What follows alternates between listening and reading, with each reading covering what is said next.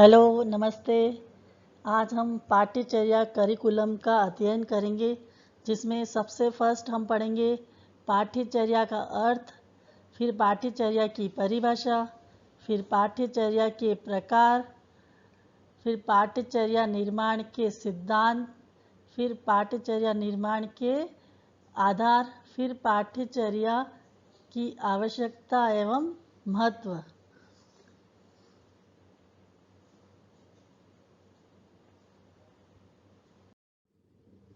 सबसे फर्स्ट हम पढ़ेंगे पाठ्यचर्या का अर्थ।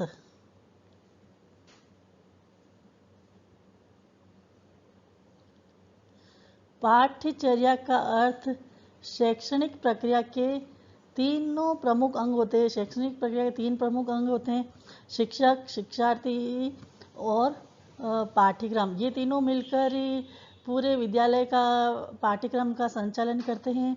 और पाठ्यचर्या बहुत ही विस्तृत होती है। पाठ्यचर्या में समस्त शिक्षा का शैक्षिक और शैक्षिक पक्ष सम्मिलित होता है। और पाठ्यचर्या का उद्देश्य बालक का सर्वांगीण विकास करना होता है, उसके सैद्धांतिक पक्ष का और उसके व्यवहारिक पक्ष का। तो पाठ्यचर्या में इन तीनों का सामंजस्य होना आवश्यक है: शिक्षक, शिक्षार्थी और पाठ्यक्रम। पाठ्यक्रम की परिभाषा को क्रो ने इस प्रकार बताया है कि पाठ्यचर्या में विद्यालय तथा विद्यालय के बाहर के समस्त अनुभव सम्मिलित होते हैं, जो छात्र के शारीरिक, मानसिक, सामाजिक, संवेगात्मक, आध्यात्मिक, नैतिक विकास में सहायक होते हैं।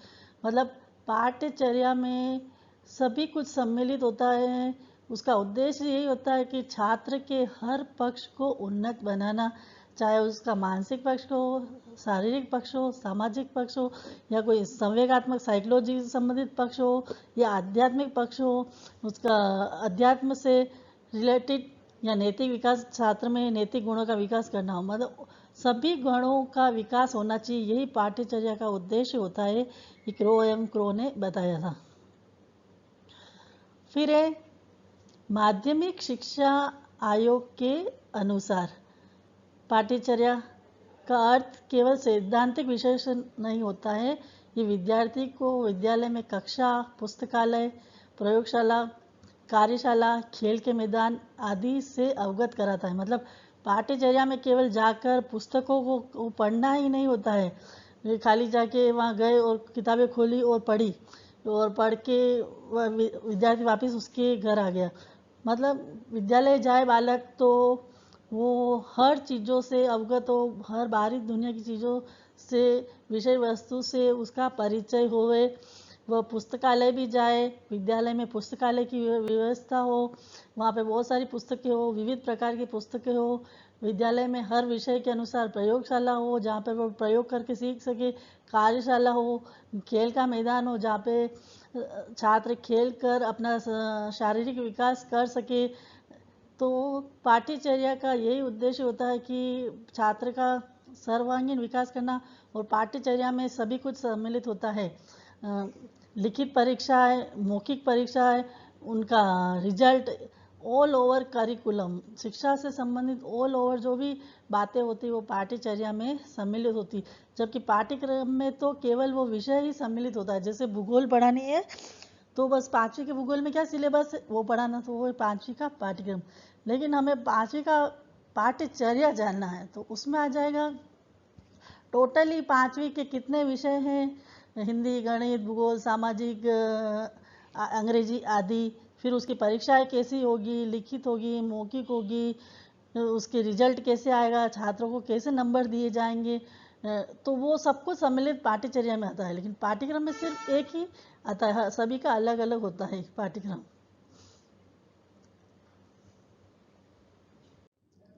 नेक्स्ट हम अध्ययन करेंगे पाठ्यचर्या की परिभाषा।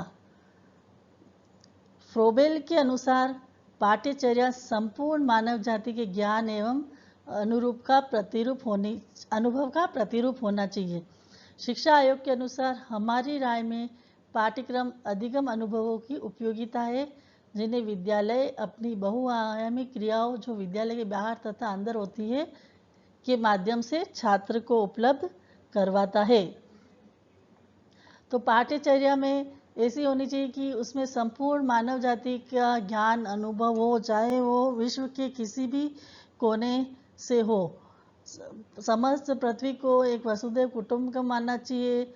जो भी नॉलेज है ऑल ओवर वर्ल्ड का, हर मानव जाति का, वो पाठ्यक्रम में सम्मिलित होना चाहिए। मानव का जैसे सामाजिक व्यवहार है, सांस्कृतिक व्यवहार है, तो सभी कुछ पाठ्यक्रम में सम्मिलित होना चाहिए। पाठ्यक्रम में वैज्ञानिकता होनी चाहिए।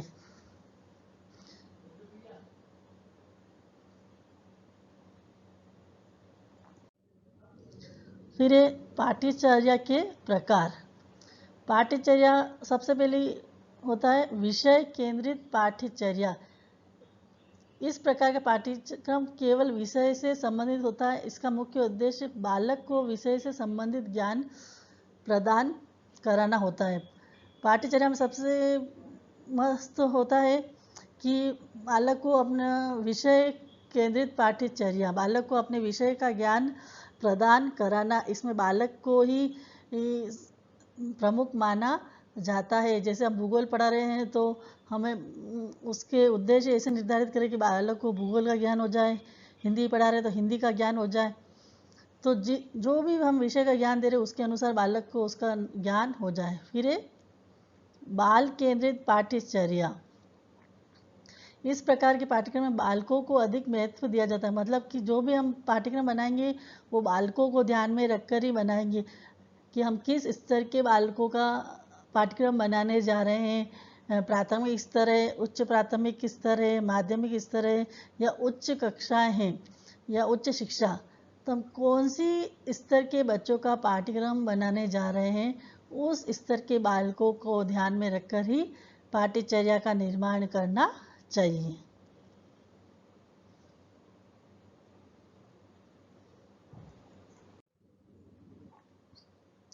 फिर पाठ्यचर्या निर्माण के सिद्धांत।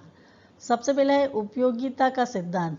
मतलब हम जो भी पाठ्यक्रम बनाने जा रहे हैं तो ऐसा हो कि वो छात्रों के लिए उपयोगी हो, वो उसके जीवन में काम आए। हम जो भी पाठ्यक्रम में विषय सम्मिलित कर रहे हैं तो उसे उसका जीवन से ज़रूर संबंध होना चाहिए, वो विद्यार्थी के जीवन में अवश्य काम में आना चाहिए। अगर हम भूगोल पढ़ा रहे हैं तो हम उसको मानचित्र बनाना सिखा रहे हैं, नाप लेना सिखा रहे हैं, दूरी बनाना लेना सिखा रहे हैं, तो वो उसके जीवन में काम आनी चाहिए। हिंदी पढ़ा रहे हैं तो हिंदी का जो भाषा ज्ञान है उसके जीवन में उसके काम आना चाहिए। अगर कुछ दोहे कविता हैं तो वो उससे अभिप्रेरित होकर उसके अनुसार वह अपना जीवन यापन करे, वो उन मूल्यों को सीखे। तो जो भी हम पाठ्यक्रम पढ़ा रहे हैं उसका जीवन से ज़रूर संबंध होना चाहिए, वो छात्र जीवन के लिए उपयोगी होना चाहिए। फिर समन्वय, को रिलेशन। हम जो भी पढ़ाएं, जो भी पाठ्यचर्या बनाएं तो उसका अन्य विषयों के साथ सहसंबंध यानी को रिलेशन करके अवश्य पाठ्यचर्या बनानी चाहिए। भूगोल का सामाजिक से क्या संबंध है, भूगोल का हिंदी से क्या सहसंबंध है, भूगोल का नागरिक शास्त्र से क्या संबंध है, भूगोल का विज्ञान से क्या सहसंबंध है, भूगोल का गणित से क्या सहसंबंध है, मतलब उसका क्या को रिलेशन। तो हर विषय का एक दूसरे के साथ अवश्य को रिलेशन होता है। तो को रिलेशन करके ही पाठ्यक्रम को बनाना चाहिए जिससे छात्र को समझने में किसी भी प्रकार की कोई कठिनाई न होवे। फिर क्रिया का सिद्धांत। पाठ्यक्रम हम हमेशा क्रिया आधारित होना चाहिए, क्योंकि बच्चे जो भी करके सीखते हैं उसका नॉलेज अधिक समय तक मस्तिष्क में स्थायी रहता है। तो पाठ्यचर्या ऐसी बनाई जाए जो एक्टिविटी बेस्ड पर आधारित हो। जैसे 4H मतलब उसके स्वास्थ्य का विकास हो, उसके हेड मतलब मस्तिष्क का विकास हो, हैंड मतलब क्रियाशील हो, और हार्ट मतलब अच्छा इमोशन उसके डेवलप हो। फिर 3Rs रीडिंग, राइटिंग और अर्थमेटिक। अर्थमेटिक मतलब उसका लिखना, उसका पढ़ना, उसका बोलना, अंक गणित आदि का क्रियाओं का उसका विकास हो।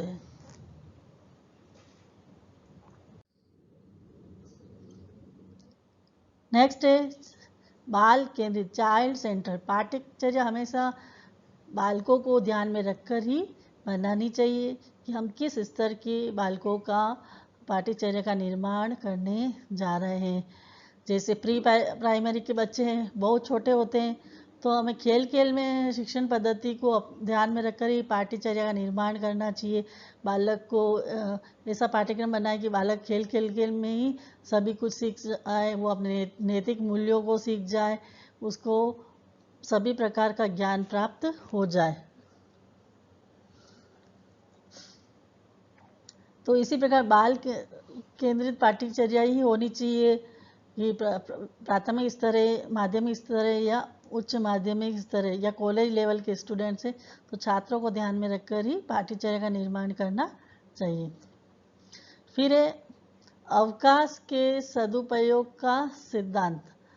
पाठ्यचर्या ऐसी हो कि छात्र अपने अवकाश जो भी फ्री समय हो उसका भी उसमें उपयोग कर सके और वो उसके जीवन में काम आए।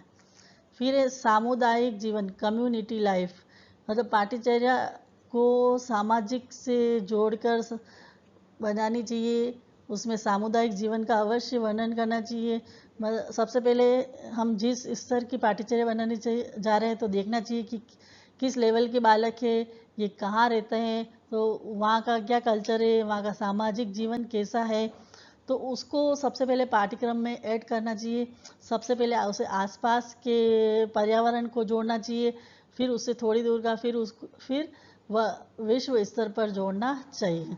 तो सामुदायिक जीवन से जोड़कर उसमें संबंध स्थापित करके ही पाठ्यचर्या बनानी चाहिए।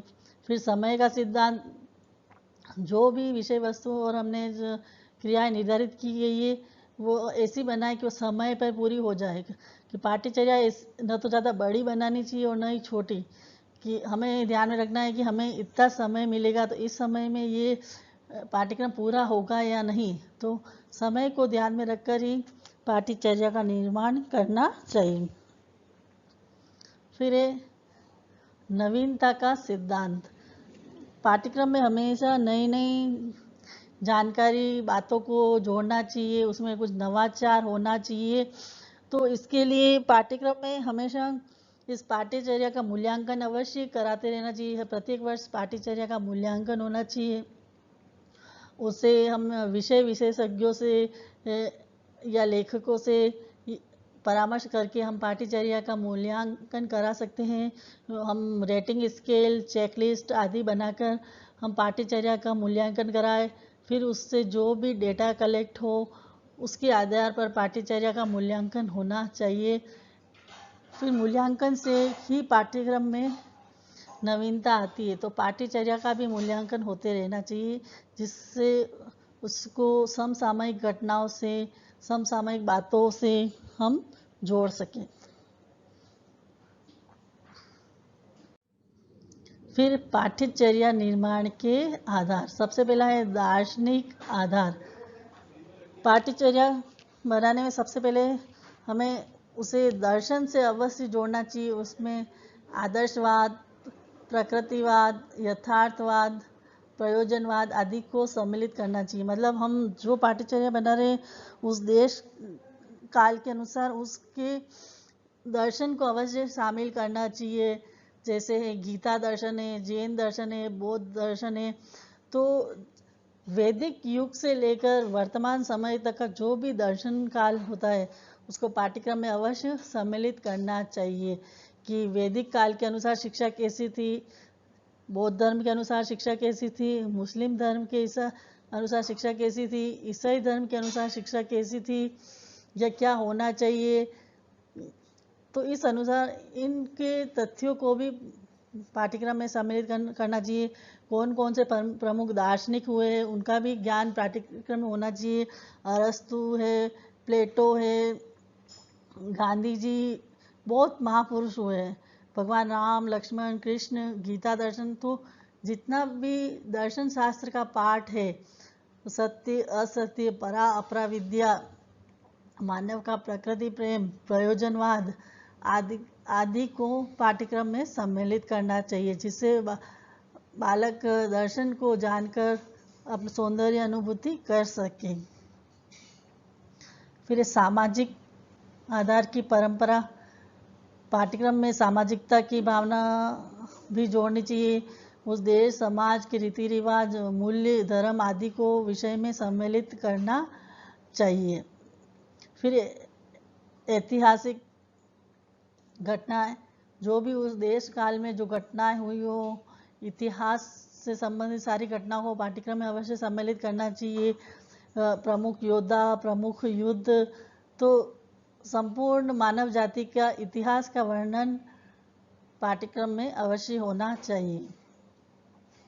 फिर मनोवैज्ञानिकता, पाठ्यक्रम में मनोवैज्ञानिकता का विशेष ध्यान रखना चाहिए।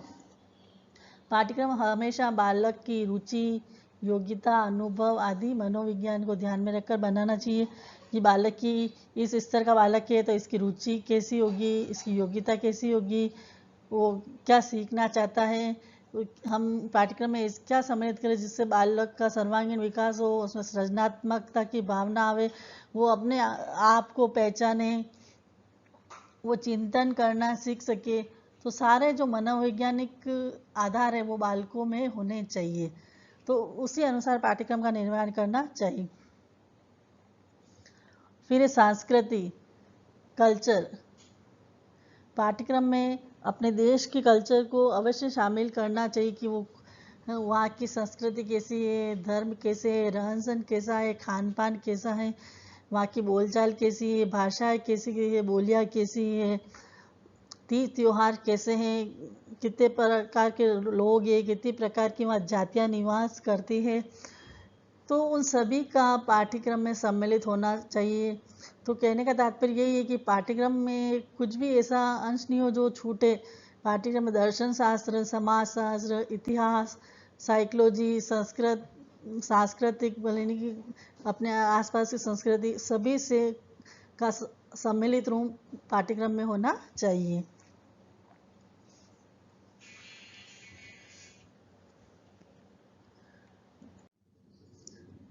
तो सबसे पहले हमें पाठ्यचर्या के उद्देश्यों को जानना होता है कि पाठ्यचर्या के आवश्यकता और महत्व क्या है। तो इसमें तो उद्देश्य, पाठ्यचर्या में सबसे पहले हम उद्देश्यों को ध्यान में रखकर बनाते हैं। कोई भी पाठ्यचर्या होती है तो उसके सामान्य उद्देश्य, विशिष्ट उद्देश्य होते हैं कि छात्र उस विषय को पढ़कर कौन कौन से उद्देश्यों की प्राप्ति कर सकेगा, तो वो सर्वांगीण विकास होगा या नहीं, वो ज्ञान प्राप्त कर सकेगा या नहीं, अवबोध होगा या नहीं, ज्ञानोपयोग, इस ज्ञान का उपयोग जीवन में कर सकेगा या नहीं, उसकी अभिरुचि, अभिवृत्ति का विकास होगा या नहीं।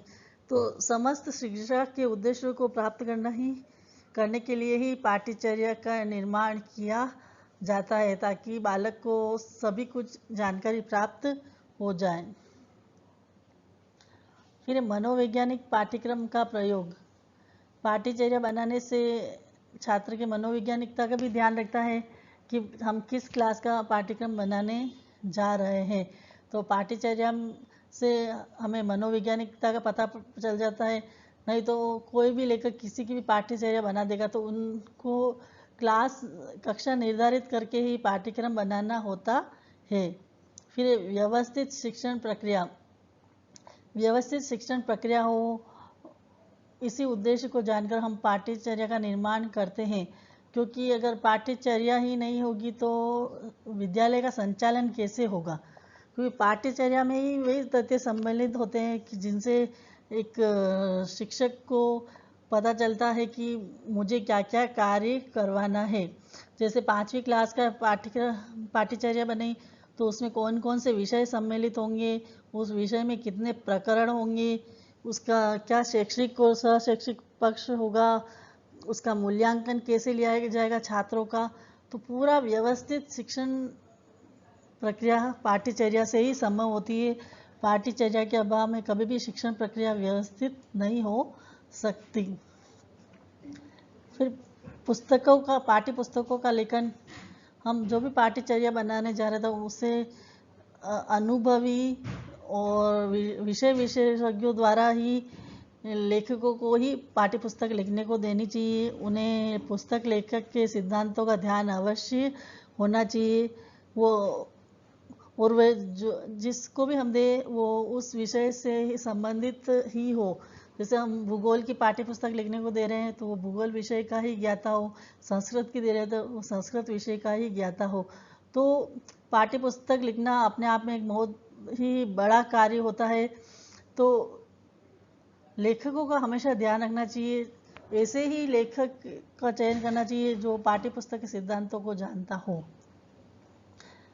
फिर समय व शक्ति की बचत होती है। पाठ्यचर्या से समय व शक्ति की बचत होती है, क्योंकि सभी कार्यक्रम निर्धारित होता है, क्रमबद्ध होता है, क्या क्या विषय सम्मिलित किए गए, उसका क्या क्या समय रहेगा, कब परीक्षाएं ली जाएगी। तो इससे समय व शक्ति की बचत होती है। अगर पाठ्यचर्या न हो तो सभी कार्य अव्यवस्थित हो जाएंगे। फिर मूल्यांकन में सहायक, पाठ्यचर्या के माध्यम से ही हम छात्रों का परीक्षा ले सकते हैं, उनका मूल्यांकन कर सकते हैं, क्योंकि पाठ्यचर्या में शिक्षा का शैक्षिक शैक्षिक पक्ष होता है तो उसमें मूल्यांकन का भी पूरा ही चर्चा होती है। उसको भी सम्मिलित किया जाता है कि छात्रों की कौन कौन सी परीक्षा ली जाएगी, कब ली जाएगी, उनके अंक व ग्रेड कैसे दिए जाएंगे, उनके मानक क्या हैं। तो मूल्यांकन भी पाठ्यचर्या का ही अंग है।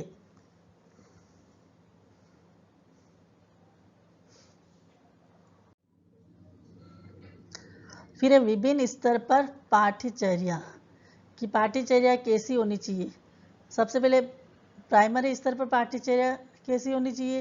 प्राइमरी स्तर पर पाठ्यचर्या में खेल की भावना, ये खेल खेल में बच्चे सीख सके, इस आधार पर पाठ्यचर्या होनी चाहिए। बच्चों पर पुस्तकीय या बस्ते का भार नहीं होना चाहिए। यशपाल कमेटी में भी कहा गया है कि बिना बोझ की शिक्षा या बिना बस्ते की शिक्षा, ये यशपाल कमेटी में कहा गया है कि प्राइमरी स्तर के जो है उनके बस्ते के बोझ को कम किया जाए, मतलब इनको पुस्तक के ज्ञान नहीं दिया जाए, बच्चे को सिर्फ खेल खेल में शिक्षा दी जाए। किंडर गार्डन पद्धति, फ्रोबेल, मैडम मोंटेसरी पद्धति, इस आधार पर बच्चों को प्राइमरी शिक्षा देनी चाहिए। उन्हें किसी भी प्रकार का भय का वातावरण न मिले, बस बच्चा खेल खेल में ही उसके परीक्षा हो जाए, उसका मूल्यांकन हो जाए, और उसका जो मूल्यांकन हो वो गुणात्मक पक्ष या गुणात्मक कथन पर ही हो। तो फिर उच्च प्राथमिक स्तर की पाठ्यचर्या कैसी होनी चाहिए। उच्च प्राथमिक स्तर के बालक थोड़े उनसे बड़े होते हैं तो इनको हम पुस्तक का ज्ञान दे सकते हैं, क्योंकि ये सामान्यकरण की अवस्था होती है, मतलब इसमें बच्चे सूत्र का निर्माण करना सीख जाते हैं। बच्चों को हम पुस्तक के माध्यम से पढ़ा सकते हैं, इनका हम परीक्षा ले सकते हैं, मूल्यांकन कर सकते हैं, इनको हम अंक एवं ग्रेड दे सकते हैं। फिर उच्च तथा उच्च स्तर मतलब हायर सेकेंडरी और जो कॉलेज लेवल की शिक्षा है उसके बारे में, ये शिक्षा ऐसी होती है कि यहाँ के बच्चे अपना भविष्य निर्माण में लग जाते हैं, उन्हें भविष्य की चिंता रहती है। तो बच्चे को भविष्य में सही मार्ग पर चले, वो विद्यालय से निकलकर इधर उधर भटके नहीं, और विद्यालय से तुरंत निकलकर उसे कोई रोजगार प्राप्त हो जाए। तो शिक्षा ऐसी होनी चाहिए, व्यावसायिक शिक्षा होनी चाहिए। विद्यालय में छात्रों को निर्देशन एवं परामर्श भी मिलता रहे, इस प्रकार की व्यवस्था भी इस स्तर के बालकों के लिए होनी चाहिए। तो शिक्षा के विभिन्न स्तर को ध्यान पर रखकर पाठ्यचर्या का निर्माण करना चाहिए। तो कहने का तात्पर्य यह है कि पाठ्यचर्या ऐसी होनी चाहिए जिससे छात्रों का सर्वांगीण विकास हो, कोई भी पक्ष छूटे नहीं, सभी कुछ पाठ्यचर्या में सम्मिलित होता है, और पाठ्यचर्या और पाठ्यक्रम में अंतर होता है।